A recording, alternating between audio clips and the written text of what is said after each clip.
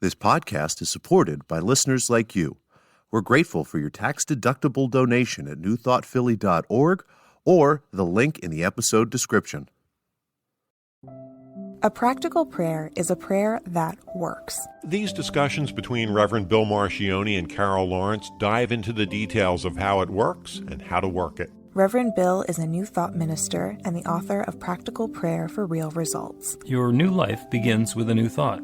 Carol Lawrence is on a spiritual quest, finding the New Thought teaching after decades on the pulpit in 3 different traditional denominations. I've got some questions. Together, they're exploring the philosophy and activities that come together from many of the world's religions to create the practical spirituality that is New Thought.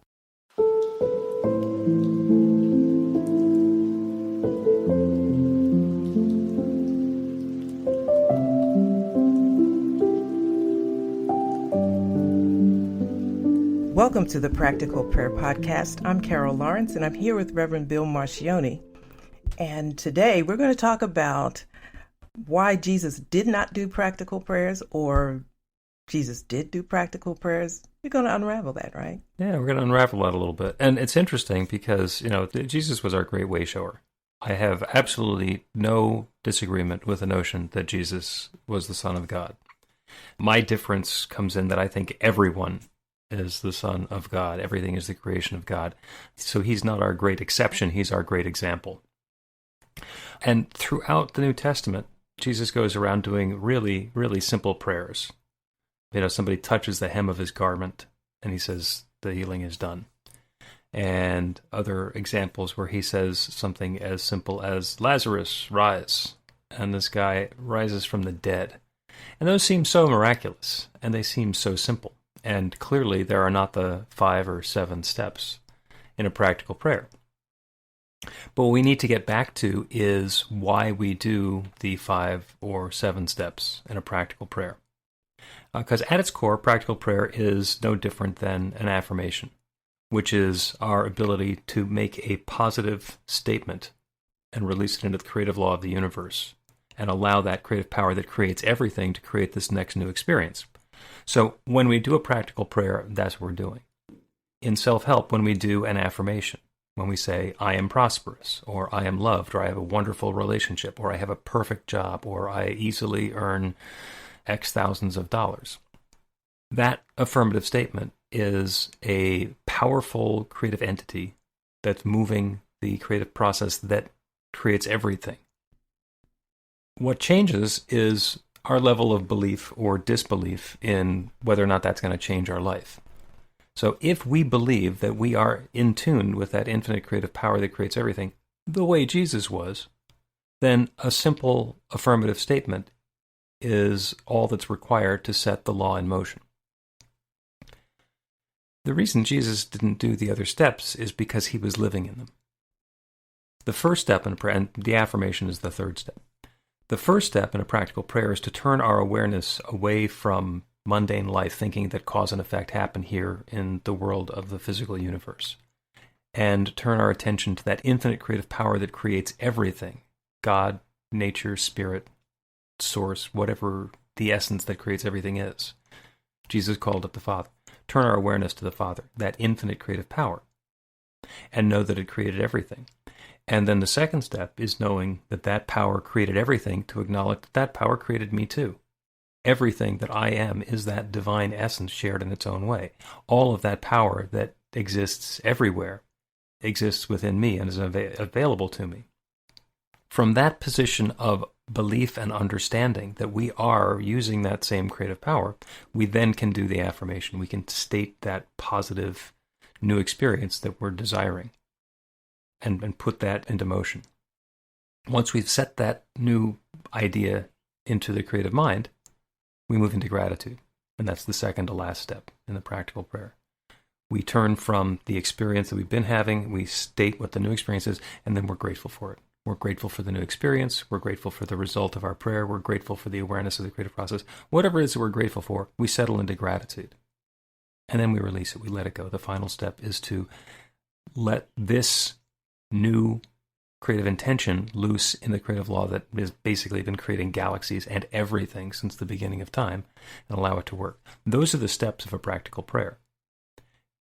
Jesus was always living in those first two steps. He did not need to remind himself that there was one. He said, "The Father and I are one. When you see me, you see the Father." And he knew that, so there was that awareness of the infinite and his awareness of his connection with the infinite, so he didn't need to say it. For him, it went without saying, so he could just say, "Lazarus, rise," and do it from that position of infinite creative power, knowing that he was a channel through which that power was flowing. Similarly, he was always living in gratitude. He didn't need to remind himself that he was grateful for the good. He could make that statement in gratitude and let it be. And he also knew that once he said something, because he was saying it with that authority, he didn't need to specifically release it or say that he was releasing it into the creative law of the universe, because he was always doing that. So he was always living in the midst of a prayer, and so he could simply make those affirmative statements, and then stuff would happen. We're not necessarily that attuned. When we are, we can do a single-step prayer, just like Jesus did. And there are times when I've been able to do that. Somebody asked me to pray for them for something, and it is so immediately obvious that that new possibility is open to them that I realize that that infinite creative power is already being activated. I just say, "So it is." I do that affirmation with them, and I let it go. It doesn't happen very often, but every once in a while I can do that. Okay. I got a couple of things, but you already knew that, right? I packed a whole bunch into that. It was all 5 of the steps of practical prayer and a reference to what Jesus did instead. So go ahead. Absolutely. And it was incredible. I was making so many notes. And actually, what's really amazing about that is that I've taken your class twice. And every time you talk, I get more out of it. It becomes more and more clear. And I stopped beating up on myself because I couldn't get it. I'm supposed to get this. But it is very different in that, and the big difference, and usually I'm hung up on the preparation part, but the really, really big difference is step 1 and step 2.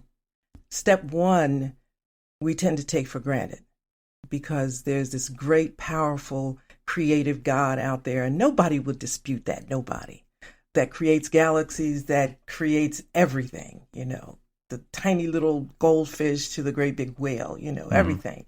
So we're cool with that. But then when you get to step 2, and you're talking about me identifying with that one great power, that one creative source, that one infinite intelligence and infinite of whatever you need it to be. Now that's a little difficult, Now, personally, I'm for it, because if you if you tell me I have something good and it's mine, I'm going with it. But that is a bit difficult, I think, a bit of a leap to think that I am one with this God. I can be close to this God. I can be in communication, however that works for me.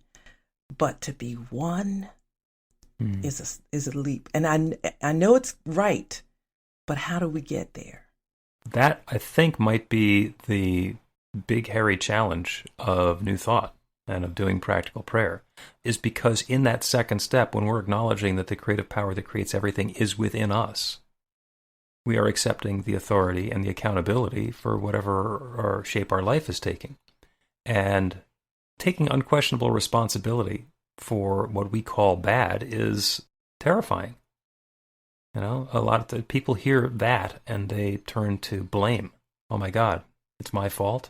My life is my fault. Everything that you say this illness is my fault. You say that this getting fired from my job is my fault. How dare you? What do you mean it's my fault? And we go into our ego, and it's our resistance to claiming that the infinite creative power that's creating everything has created this too, and it's created according to our belief, because we have the accountability for whatever it is we've created, even though simultaneously we have the authority to create something different. We can use that to say, "Oh, I'm less than, I'm unworthy, I'm a failure because I created this experience that I don't like," instead of using it as a guidance that we want to create something different. Got it. I got that. I've always believed in that accountability, so forth. But it's easy for us to claim responsibility for the negative in our life. It's pretty easy. I mean, if you set aside the devil, like that's just not even, there is no devil.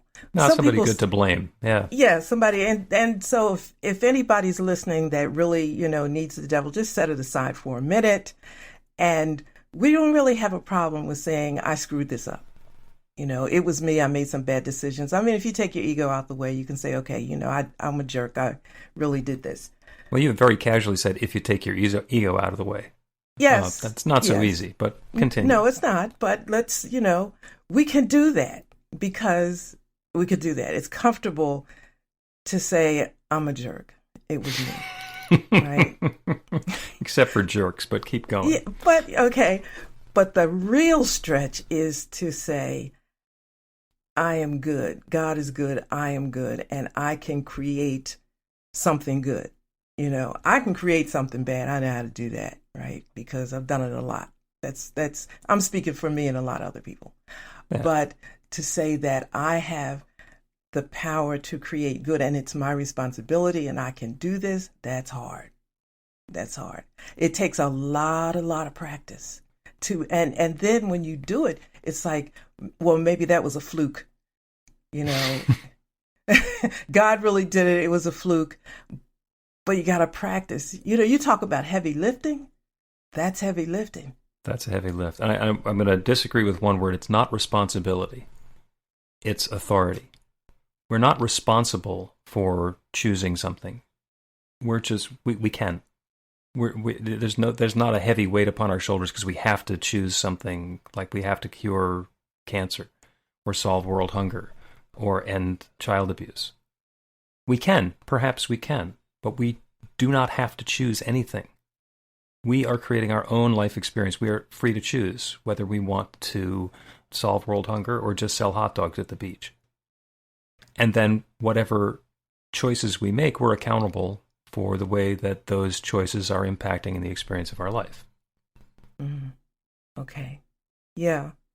There's some stuff in there too. It seems like every there's layers between layers or beneath layers. Because we're told that we're supposed to do good. You gotta figure out what the good is and then do that. So I would, because of a belief system, choose to take the track of world hunger as opposed to, selling hot dogs, where selling hot dogs might really make me happy.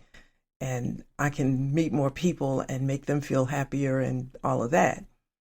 And it's possible that selling hot dogs is going to bring more joy into the world than tilting at a windmill of solving world hunger. I don't know. Yeah. Maybe. Yeah. Maybe. But once you can see that, it's like everything is important. There's value in every choice. Not every choice. There's value. Oh, no, there's value in every choice. Sometimes it's by informing us, well, I never want to make that choice again. Yeah. I think I'm trying to get at the thing that you might think is little might be the way that Spirit does great big things to you, for you, and through you. You gave the example of selling hot dogs, and I thought about that. I always like to, in church, as a pastor, we would have the potluck dinners or whatever, and I always wanted to be in the serving line. I loved it, because I'm talking to people and, and there's laughing and, I'm just lighting up the place. And I got fired all the time. Like they would kick me out because it took too long. I took too long. I was holding up the line. But it was such fun and people were having fun. And so in those little service areas, that we choose to do, there's value in that too. But that's where Spirit works also, in a good way, in a big way, I think. Yep.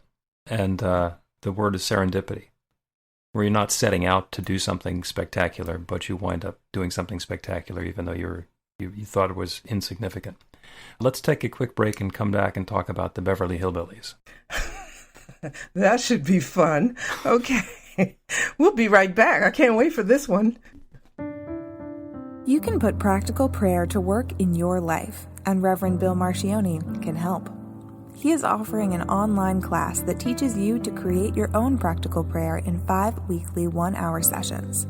The final hour brings your practical prayer together, anchored in live original music by a notable New Thought musician. Practical prayer is based on the most effective prayers found in religions and spiritual practices all over the world. Use it to deepen ever more fully into the truth of your spiritual nature. It's the core of a transformational spiritual practice that's simple, even if it's not always easy. Reverend Bill is also available for private spiritual counseling prayer sessions. Together, you'll lean into the challenges you've experienced in life and explore the transformation that's possible through practical prayer. You'll uncover old, hidden beliefs and uproot them to make way for the life of your dreams. Everything you need to know is on the website at b-v-light.com. That's b-v-light.com.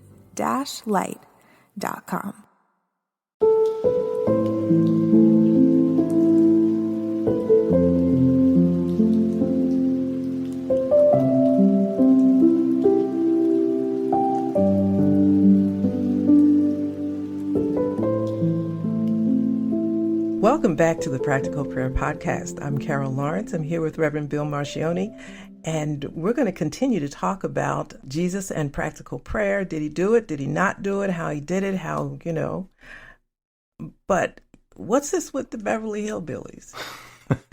We were talking about serendipity. And first of all, full disclosure, my late sister-in-law was a writer on the Beverly Hillbillies when that show was on television. And it was Buddy Ebsen and the wacky story about how he's like living in the hills in, I think it was Kentucky, Bug Tussle, Kentucky, I'm pretty sure the town was. And the opening song, Earl Scruggs and Lester Flatt, one day he's shooting for some food and up through the ground comes a bubbling crude. He had gone out to shoot squirrels or rabbits and inadvertently struck oil. And that's serendipity. And what Jed Clampett was doing was he wasn't setting out to find oil, but he also wasn't setting out to shoot squirrels. He was setting out to support his family, to feed his family. And the way that intention manifested in their lives was an entire sitcom about what does an oil millionaire do in Bug Tussle, Kentucky. Mm-hmm. So the nature of serendipity is that we're not planning on it, but we can bring in a gusher. Let's switch back from 60s sitcoms to Jesus. You were speaking earlier about Jesus and practical prayer and how Jesus really lived in each step. So he didn't have to do the 5 steps because step 1, he knew God and was one with God. That was a no-brainer for him. And then when you got to the end, you said he lived in gratitude. And I can see that clearly. And so there wasn't any, the so it is part is like, well, what else could it be? Because this is the way it is. So talk about Jesus living in the 5 steps. It was by his awareness. He didn't have to do step 1 because he knew that Father was everything. That was his spiritual nature. And because he knew that Father was everything, he was already living step 2. He knew that he was an embodiment of that infinite creative power. So he lived that. He knew that. So he was very free to call upon that infinite creative power that was flowing to him and through him and as him, and make a new claim upon it, make a new demand, and set an intention for something new to happen.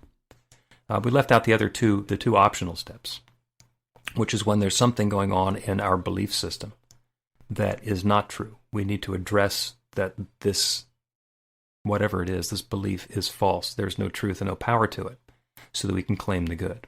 And there were times when Jesus would look at something and say, this is not the truth. He would then say the truth. So those are those 2 steps, to look a fact in the face, know something better, state something different, and let that be the new truth. Mm-hmm. And there are lots of examples where he did that are probably at your fingertips and not mine, because that's not the top book on my shelf. I get it. The reason that I was really excited about talking about Jesus and the practical prayer and how he did it is because for me, the big change thing in my life was to see Jesus as a man. In the traditional church, you say Jesus was 100% God, 100% man, which is true. But the focus is always on Jesus being 100% God and little focus on Jesus being man, the humanity of him. And I always looked at that and thought that was incredibly important, because in order for me to relate to what Jesus did as a person, I had to know him and learn him and experience him as a person. So, I set out to do that and took out all the red letters and just said, I want to know Jesus as a man, because if he's just God, if he's God, I'm not going to be able to do all this. But if I see that this person, flesh and blood, human being did it, and I can figure out how, and we can connect that way. So that was my, toddler way of trying to understand it. But actually, having spent time with you and in your classes and all the reading that I do, it's still the same. Jesus, I still say you gotta shake hands with him as a guy. Well, Don't get upset, folks. I say, dude, but you gotta you gotta shake hands with him as a man, a person, a human, just like.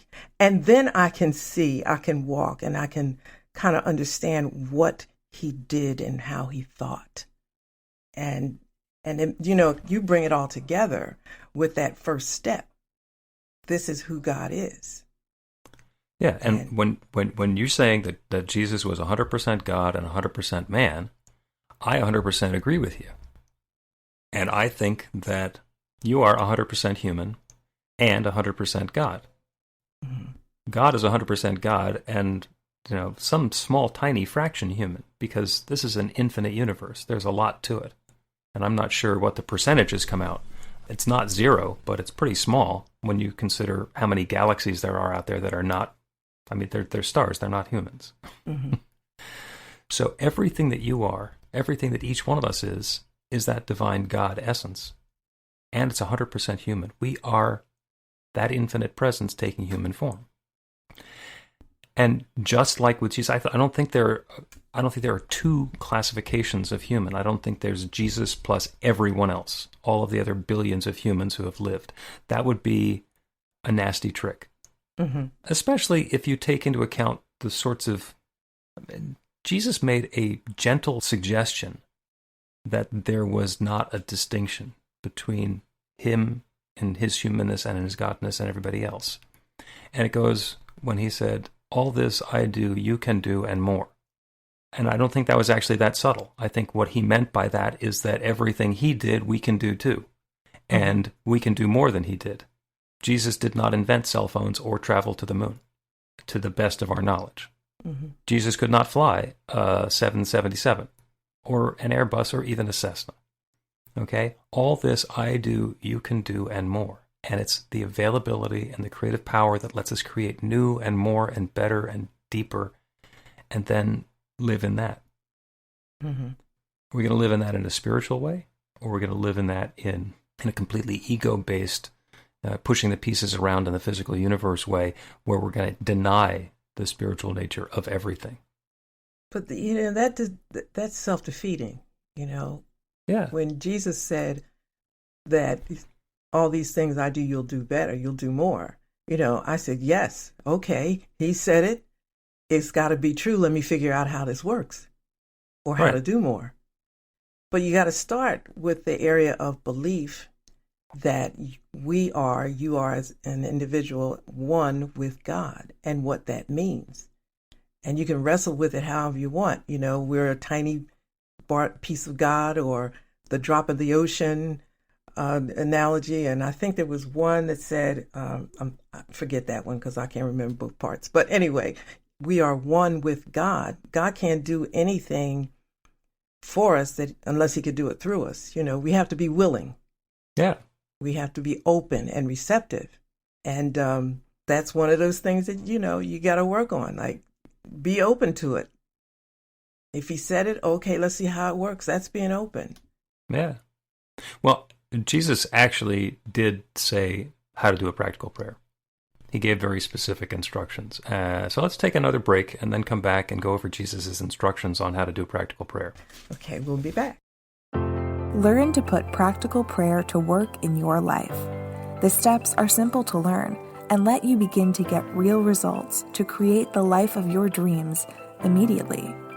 Reverend Bill Marcioni's widely acclaimed book, Practical Prayer for Real Results, gives you a clear summary of the New Thought principles behind practical prayer and the series of easy-to-understand steps found in the most effective prayers from religions and spiritual practices all over the world and throughout history. Practical prayer is not a replacement for your religion or practice. It's a technique to make the work you do in consciousness even more effective. The book includes 40 prayers on various topics that you can adapt as needed and use as your own. Practical Prayer for Real Results is available in paperback, Kindle, and audiobook on Amazon or at b-the-light.com.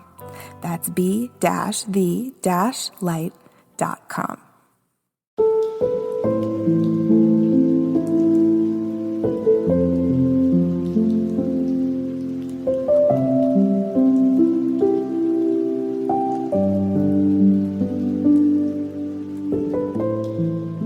Welcome back to the Practical Prayer Podcast. I'm Carol Lawrence and Reverend Bill Marcioni is right here. We're going to talk about Jesus' instructions in practical prayer. There was one specific part in the Bible, it was in the Sermon on the Mount, where Jesus told everybody how to do a practical prayer. And he set it up, again, really subtly. He said, "After this manner, therefore, pray." Pray like this. That's what he was saying. And then he said, "Our Father who art in heaven, hallowed be thy name." And what he did is he went through all of the steps of a practical prayer. And that was the time that he did it. And that was like a demonstration. He says, I've been saying stuff like Lazarus rise and Lazarus rises, and you guys are really amazed and you think it's a miracle and you don't know how it's done. Okay, I'm going to tell you the secret. This is what you guys do because you're not living in these first two steps and you don't have the belief that just by saying something you're creating a new experience. So here's how you do it without being Jesus. The first step is to turn our attention towards that infinite creative power. Our Father who art in heaven, hallowed be thy name. That's the first thing we do is we turn our attention to the infinite. And the second thing that we want to do is understand, acknowledge, and accept that that infinite creative power is available to us as well. That power is within. Thy kingdom come, thy will be done on earth as it is in heaven. That means the same creative process that is unfolding always is unfolding through me, right here and now. And from those two steps, he was then in a position where he could claim his good. And the way he did that, he went to bread. Give us this day our daily bread. Well, if you're fed, if you've got that's everything that you need. Give us this day our daily bread. And by the way, the Sermon on the Mount was the one where he did the loaves and fishes too. So there was some bread going on that day. And then he even went into the refutations, talking about the things that weren't true, denying what seemed like it wasn't true. Forgive us our trespasses as we forgive those who trespass against us. And deliver us from evil, which I think isn't actually a force, but an error. So wrong thinking. And then he claimed his good again. So what he did was those first steps. He did a couple of refutations and reaffirmations, which are the extra two, where we're overcoming a disbelief. For thine is the kingdom, the power, and the glory forever. Amen. And that's him turning to gratitude. He is accepting that all of this good from the infinite is available here and now. And the Aramaic word amen means, and so it is, in English. So that was his release step. So he actually did that, and he did that by telling us how we could do what he was doing without necessarily being as 100% tuned in as he was. The really interesting thing about the Lord's Prayer is what he said right before the Lord's Prayer, because he explained how it worked. And he did it by, quite frankly, by dissing people who were doing it in ways that he thought were unproductive. He said, don't go praying out loud on the street corners like the hypocrites who want to be heard, who want to make a big show about the fact that they're praying.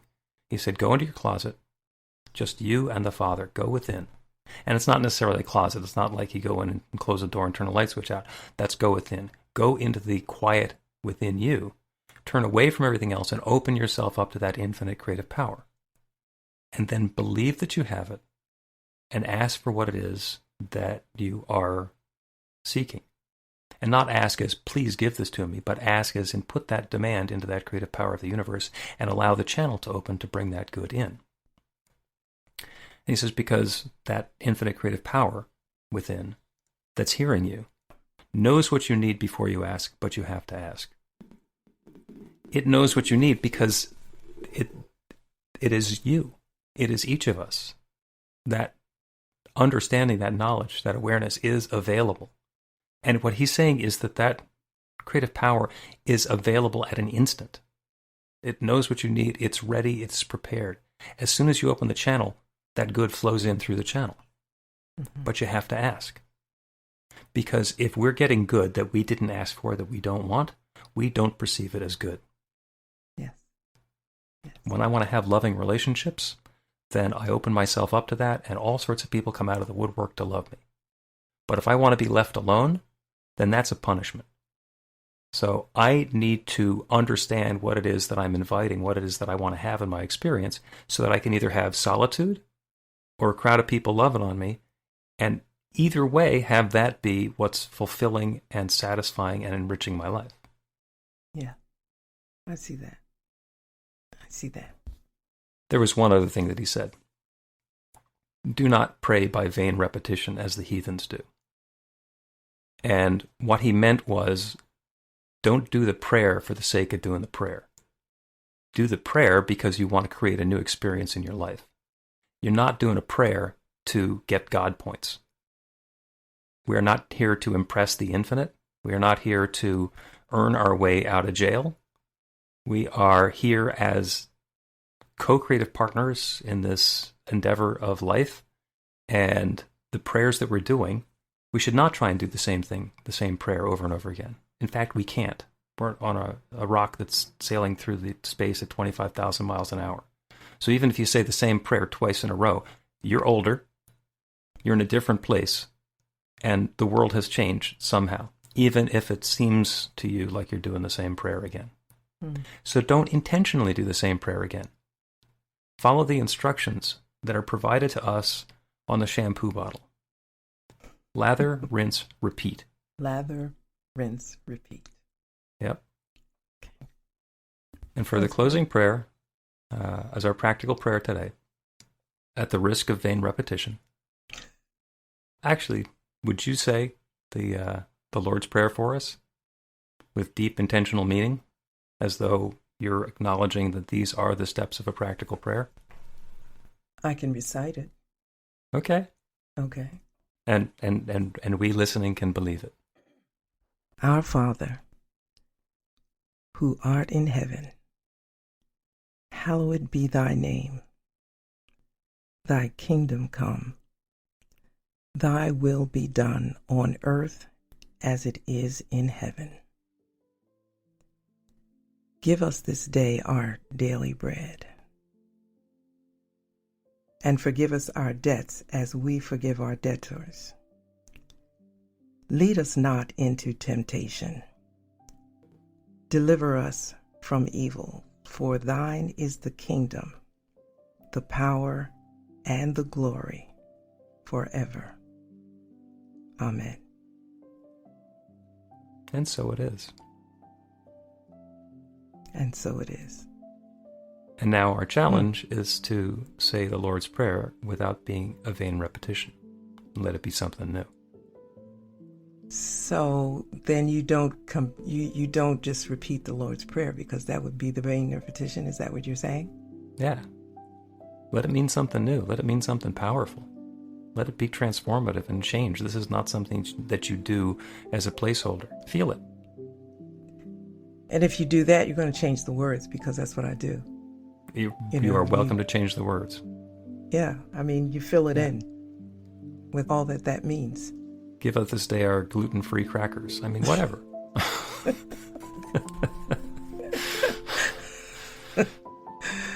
Or change the words entirely and make it be your own practical prayer for something different, and do what he said. After this manner, therefore pray. You don't need to do his words. You have to do his process. That's it. You don't have to do the words. It's the process. Magic words. Yes. Yes, and so it is. And so it is. I know if I keep poking you, the magic will come out.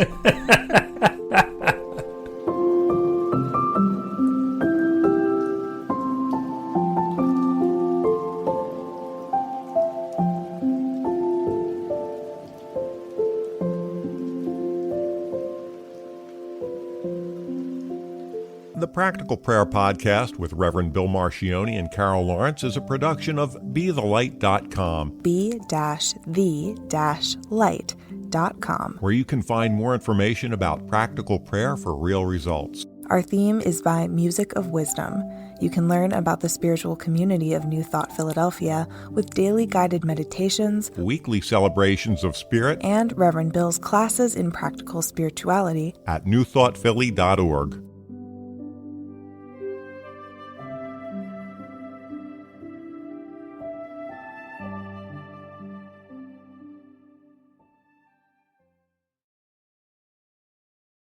This podcast is supported by listeners like you.